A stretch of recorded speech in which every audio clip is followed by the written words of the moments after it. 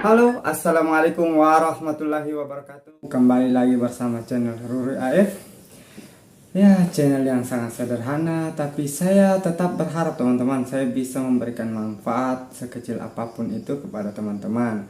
Nah, video kali ini teman-teman saya ingin ikut andil menanggapi terkait diskusi Ustadz Nuruddin dengan Guru Gembul.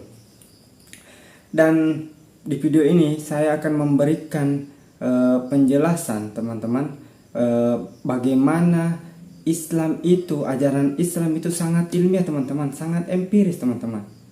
Tapi sebelum masuk ke penjelasan saya tentang apakah bisa membuktikan kesahihan akidah ajaran Islam secara ilmiah.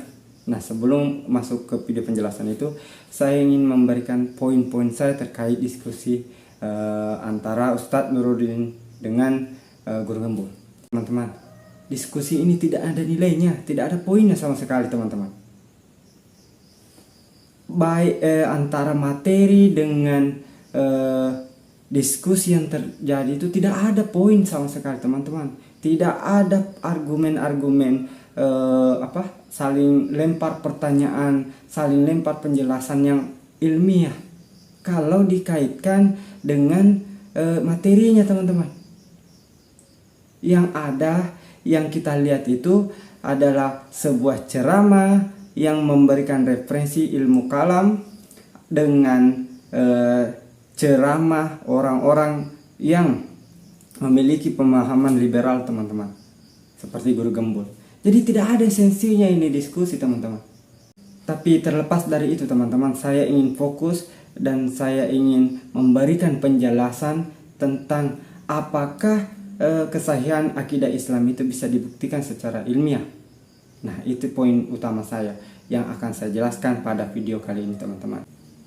Nah teman-teman, membuktikan kesahihan akidah Islam secara ilmiah itu teman-teman sangat bisa teman-teman. Hanya saja kita perlu memperjelas poin-poin yang bisa dijelaskan secara ilmiah atau bisa menerapkan metode ilmiah dalam pembuktiannya. Itu harus dijelaskan poin-poinnya teman-teman. Poin mengenai zat Allah itu tidak boleh dimasuki sama sekali. Itu bukan ranah diskusi teman-teman, karena itu konsekuensi keimanan kita sebagai muslim yang tidak bisa diganggu-gugat. Nah, yang bisa diterapkan metode ilmiah dalam pembuktiannya adalah proses pendelegasian dari informasi-informasi ajaran agama Islam dari awal kenabian sampai di zaman kita teman-teman. Karena ingat, kita itu adalah umat akhir zaman teman-teman. Umat yang hanya bisa memverifikasi, memvalidasi segala informasi terkait ajaran agama Islam yang diajarkan atau yang dibawa oleh Nabi Muhammad SAW. Seperti itu teman-teman. Jadi kita hanya bisa masuk pada proses-proses pendelegasian itu teman-teman, proses-proses periwayatan itu teman-teman. Nah, itu poin itulah yang harus difokuskan. Poin itu yang utama yang bisa kita terapkan metode ilmiah padanya, yang kemudian kita bisa menyimpulkan apakah ilmiah atau tidak. Nah, seperti itu. Jadi teman-teman, saya sangat berharap teman-teman bisa menonton video ini secara lengkap, secara utuh, karena saya sangat yakin bahwa informasi yang saya sampaikan ini sangat bermanfaat teman-teman.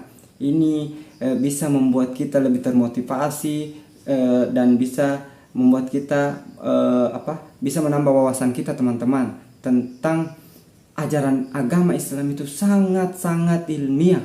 Bahkan saya tegaskan teman-teman, lebih ilmiah dan lebih ketat ilmiahnya dibanding prosedur metode ilmiah yang diterapkan pada ilmu pengetahuan teman-teman. Jadi tonton terus videonya teman-teman. Nah, jadi teman-teman, kembali ke pertanyaan tentang bisakah kesahihan akidah Islam dibuktikan secara ilmiah? Sangat jelas bisa teman-teman. Tapi sebelum saya menjelaskannya, saya memaparkannya, harus ada poin-poin yang perlu dipertegas, harus digarisbawahi teman-teman. Seperti tentang zat Allah, itu adalah hak prerogatifnya Allah, pengetahuan Allah yang tidak bisa diganggu gugat, dan itu merupakan konsekuensi keimanan kita teman-teman, keyakinan kita tentang ajaran agama Islam. Lalu akidah Islam yang bisa dibuktikan secara ilmiah itu seperti apa?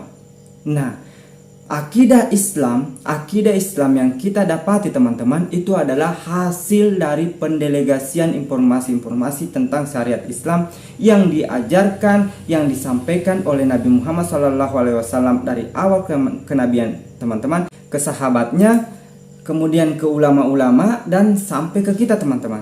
Nah, proses pendelegasian yang sampai kepada kita itulah teman-teman yang bisa kita ilmiahkan, kita bisa terapkan metode ilmiah untuk menilainya ilmiah atau tidak, empiris atau tidak teman-teman.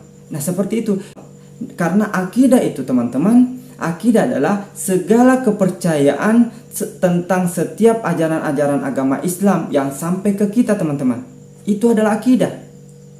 Konsekuensinya adalah mengakui, mentauhidkan Allah Subhanahu wa Ta'ala, dan mengimani atau meyakini bahwa tidak ada ilah yang berhak diibadahi kecuali Allah Subhanahu wa Ta'ala.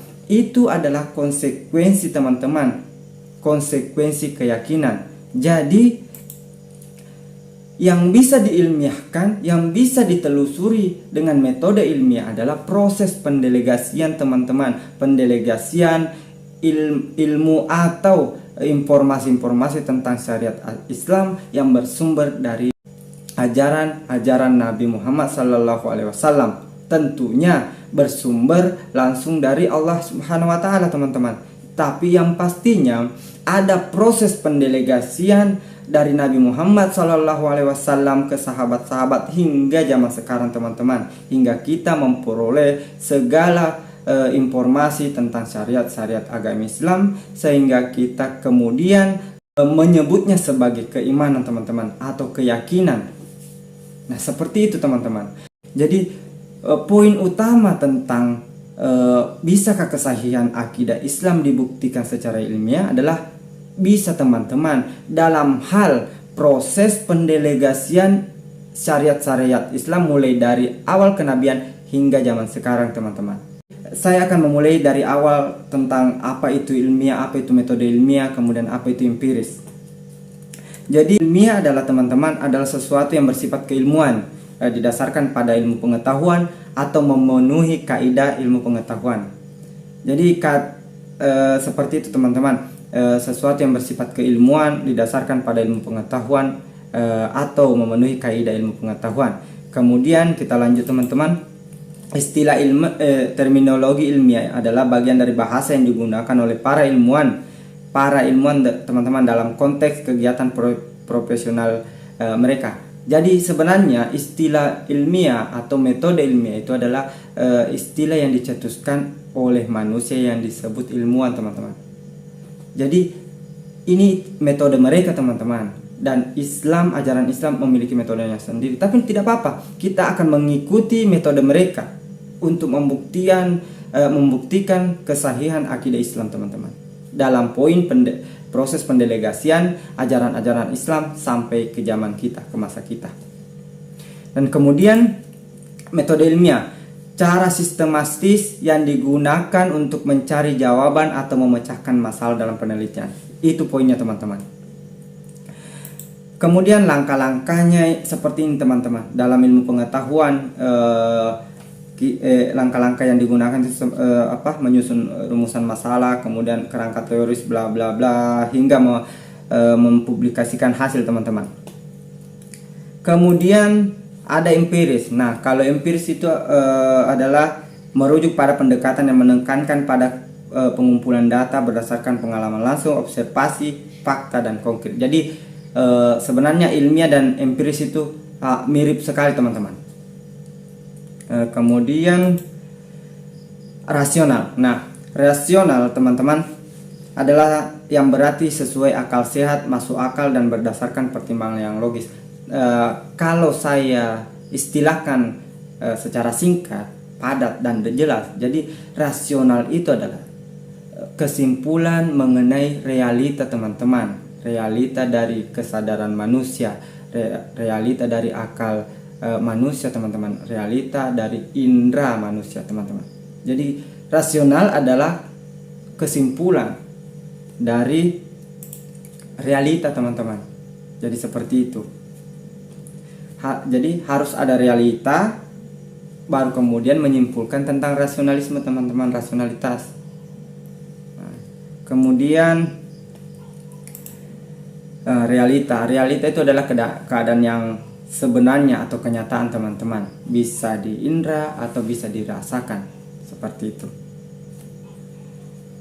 Kemudian contoh penggunaan teman-teman, contoh rasional itu, saya adalah manusia, bukan kera atau monyet.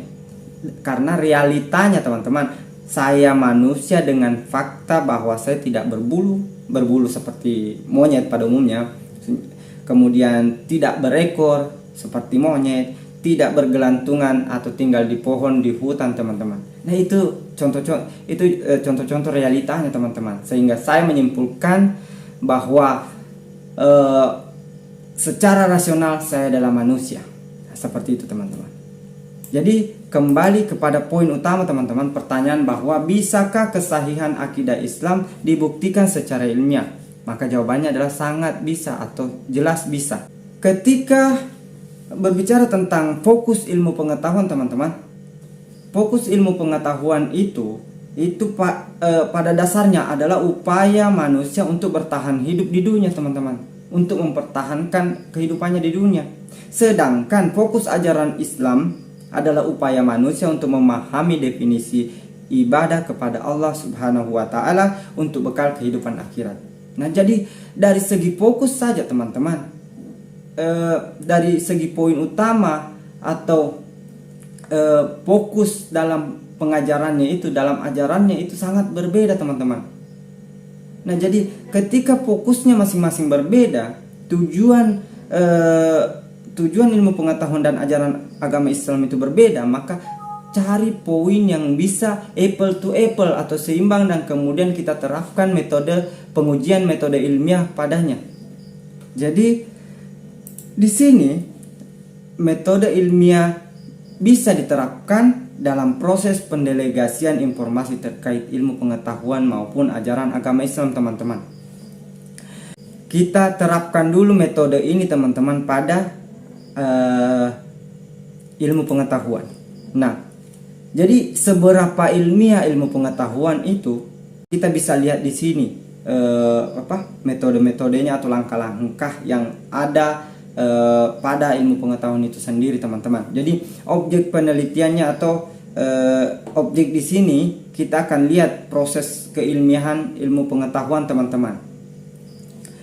Objek yang dipermasalahkan adalah proses keilmiahan ilmu pengetahuan. Nah, di sini kita lihat yang biasa pada umumnya dilakukan adalah pengumpulan data secara kualitatif ataupun kuantitatif, kemudian melakukan observasi, analisis, studi pustaka, interview, survei, ada juga pengujian in vitro dan in vivo teman-teman.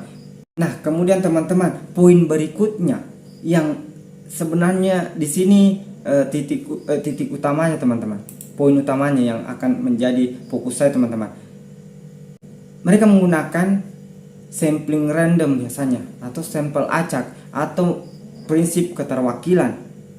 Contoh di sini teman-teman, ada sampel misalnya seluruh sampel itu berjumlah 10.000, maka hanya akan diambil beberapa saja teman-teman yang dianggap bisa mewakili seluruh jumlah populasi yang ada, populasi sampel yang ada. Nah, itu yang satu teman-teman yang harus difokuskan itu. Kemudian dalam pengolahan data teman-teman, selain reduksi data dan analisis data teman-teman, ada statistik, ada perhitungan statistik yang menerapkan parameter margin of error teman-teman, atau rentang ketidakpastian atau variabilitas dalam estimasi atau pengukuran teman-teman. Nah, itu dua yang harus difokuskan teman-teman. Fokus pada poin kedua itu, sehingga kemudian setelah itu akan muncul kesimpulan hasil penelitian teman-teman. Biasanya dianggap sebagai atau disebut dengan istilah postulat teman-teman. Jadi postulat itu adalah klaim kebenaran yang disepakati bersama atau sesama ilmuwan. Nah itu teman-teman. Jadi ilmu pengetahuan itu sebenarnya teman-teman adalah postulat. Postulat adalah klaim kebenaran yang disepakati oleh semua atau sesama ilmuwan saja teman-teman. Jadi dari sini Anda sudah memiliki bayangan bagaimana sebenarnya ilmu pengetahuan itu teman-teman. Nah, tapi tunggu dulu teman-teman. Kita lanjut. Kita akan tes metode ilmiah itu pada proses pendelegasian ajaran agama Islam teman-teman sampai sekarang. Nah, kemudian seberapa ilmiah ajaran Islam itu teman-teman. Nah, metode-metode yang digunakan tadi di ilmu pengetahuan itu sebenarnya sama teman-teman, digunakan juga dalam ilmu ajaran agama Islam teman-teman. Nah, di sini kita bisa lihat, kita terapkan metode yang sama, maka akan kita dapati seperti ini teman-teman. Pengumpulan data oleh ulama-ulama yang belajar atau mengumpulkan data-data syariat Islam yang benar dengan cara observasi juga teman-teman. Interview dengan guru langsung atau istilahnya talaki, berguru langsung kepada ulama yang diakui kealimannya. Dan kemudian bukan cuman diakui kealimannya juga teman-teman, tapi mempelajari tentang riwayat hidup pada ulama yang ditempati belajar teman-teman. Nah kemudian ada yang menarik juga teman-teman, yang sangat berbeda dari prosedur yang diterapkan oleh ilmu pengetahuan itu sendiri. Di sini ulama tidak mengenal yang namanya sampling random atau sampel acak atau keterwakilan. Jadi semua ulama yang dianggap memiliki informasi tentang syariat Islam teman-teman, syariat ajaran dan ajaran agama Islam akan didatangi semua, akan diverifikasi langsung, divalidasi langsung teman-teman. Seperti itu.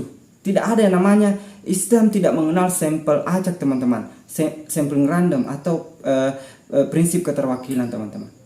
Nah ini poin pertama teman-teman, mempertegas bahwa ajaran agama Islam itu adalah sangat ilmiah dan empiris teman-teman, bahkan lebih ketat dibanding prosedur yang digunakan dalam ilmu pengetahuan. Kemudian teman-teman, dalam pengolahan data atau pemaknaan data teman-teman juga menggunakan analisis dan reduksi data teman-teman. Ulama-ulama juga menerapkan ini. Hanya perbedaan dengan ilmu pengetahuan, yakni karena ulama-ulama tidak mengenal yang namanya parameter margin of error teman-teman. Jadi ulama-ulama kita itu, ulama-ulama muslim teman-teman, dalam mencari kebenaran, membuktikan kebenaran itu tidak ada toleransi sedikit pun terhadap kesalahan. Salah benar itu mutlak teman-teman dalam mencari kebenaran, untuk mencari syariat yang otentik mulai dari awal kenabian sampai sekarang teman-teman. Kemudian teman-teman, hasil yang diperoleh dari penelitian ini, penelusuran ulama terhadap syariat-syariat ajaran agama Islam dalam hal ini, sumber-sumber Al-Quran dan hadis, maka kesimpulannya menghasilkan sahih, lemah, palsu teman-teman. Tidak ada lebihnya dari itu. Sehingga dari sahih, lemah, palsu ini yang akan melahirkan hukum-hukum seperti halal, haram, wajib, sunnah, mubah, serta makruh teman-teman. Jadi sangat jelas, sangat detail, sangat ketat teman-teman, bagaimana ulama kita dalam mengejar yang namanya benar salah teman-teman, memverifikasi data langsung. Bukan cuman ilmu yang mereka kejar teman-teman, tapi betul-betul bagaimana sumber informasi itu memiliki kebenaran yang sahih, kebenaran mutlak, bersih dari segala fitnah. Dan ini bisa ditelusuri contohnya dalam ilmu hadis, seperti kalau tidak salah ilmu rijal atau ilmu tentang perawi-perawi teman-teman, dan lainnya lah. Intinya cabang hadis itu sangat kompleks teman-teman, saking detailnya, saking ketatnya ajaran Islam tentang syariat Islam yang benar. Seperti itu teman-teman. Nah kemudian Yang mana paling ilmiah teman-teman? Ilmu pengetahuan yang sampelnya random, acak, menggunakan prinsip keterwakilan, bukan keseluruhan.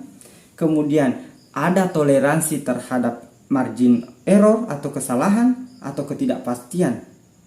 Kemudian kesimpulan itu ditetapkan atau diakui sebagai kebenaran oleh satu atau lebih ilmuwan atau disebut sebagai postulat teman-teman. Nah, bagaimana teman-teman? Dan Anda sangat yakin teman-teman. Contoh analoginya teman-teman.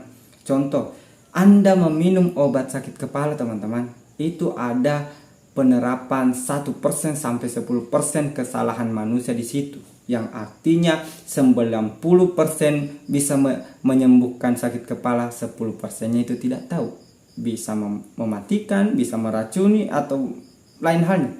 Tapi anehnya teman-teman, kita nyaman-nyaman saja mengkonsumsi obat yang namanya paracetamol teman-teman, tanpa ada pertanyaan aneh-aneh. Seperti itu. Nah, kemudian yang mana paling ilmiah? Ajaran Islam yang semua sumber informasi dalam hal ini, ulama sumber informasi akan diverifikasi dan divalidasi keilmuannya serta riwayat hidupnya untuk memperoleh kebenaran yang sahih teman-teman. Kemudian tidak ada toleransi terhadap kesalahan sekecil apapun kesalahan sumber informasi itu ataupun informasi yang diberikan teman-teman. Jadi sekecil apapun teman-teman kesalahan yang didapatkan pada saat penelusuran syariat-syariat ajaran Islam teman-teman akan mempengaruhi derajat informasi yang diperoleh teman-teman, sehingga kesimpulan sehingga hanya ada teman-teman sahih, lemah, palsu. Karena itu tadi bukan hanya informasinya yang mengandung kebenaran, semata-mata mengandung kebenaran, tapi sumber informasi atau dalam hal ini ulama rujukan teman-teman yang meriwayatkan syariat-syariat agama Islam itu harus juga dilihat riwayat hidupnya teman-teman. Apakah dia betul-betul murni atau bersih dari kesalahan-kesalahan teman-teman. Seperti misal tidak pernah berbohong dari lahir hingga meninggal. Kemudian tanggapan tetangga, tanggapan ulama terhadapnya, tanggapan guru dan murid terhadap, tanggapan lingkungan terhadapnya. Kemudian bagaimana kekuatan hafalannya dari kecil, dari lahir hingga meninggal teman-teman. Itu semua mempengaruhi derajat informasi yang keluar dari ulama tersebut teman-teman. Bagaimana teman-teman? Kalau secara akal sehat teman-teman, akal sehat ini kita bisa melihat yang mana paling ilmiah teman-teman. Akan sangat lucu jika seseorang terlalu membanggakan atau mengeluh-elukan ilmu pengetahuan, padahal kenyataannya seperti ini teman-teman. Kenyataan bahwa ada toleransi tentang ketidakpastian, ada toleransi terhadap kesalahan manusia teman-teman. Yang artinya ilmuwan sendiri tidak yakin 100% bahwa apa yang mereka informasikan itu adalah kebenaran teman-teman. Sedangkan berbeda dengan ajaran agama Islam, tidak ada toleransi sedikit pun tentang kesalahan data teman-teman, kesalahan informasi. Kalau ada orang yang terlalu membangga-banggakan, mengeluh-elukan ilmu pengetahuan di depan saya teman-teman, saya itu hanya ketawa saja, ketawa atau senyum bahwa orang-orang semacam ini memang hanya terpengaruh doktrin-doktrin dari media-media teman-teman. Tidak ada pemahaman, tidak pernah menelusuri atau menganalisa secara langsung. Seperti itu teman-teman. Jadi yang mana paling ilmiah teman-teman? Hanya orang yang berakal pasti bisa memilih dengan benar yang mana ilmiah dan mana yang hanya klaim semata. Jadi seperti itu teman-teman. Nah, jadi teman-teman, saya di sini hanya ingin memberikan sedikit tambahan wawasan, sekiranya memang bermanfaat teman-teman. Dan jadi terima kasih teman-teman sudah menonton. Semoga sangat bermanfaat atau setidaknya ada sedikit manfaat untuk teman-teman, untuk menambah wawasan teman-teman. Nah, jadi terima kasih sudah menonton. Assalamualaikum warahmatullahi wabarakatuh.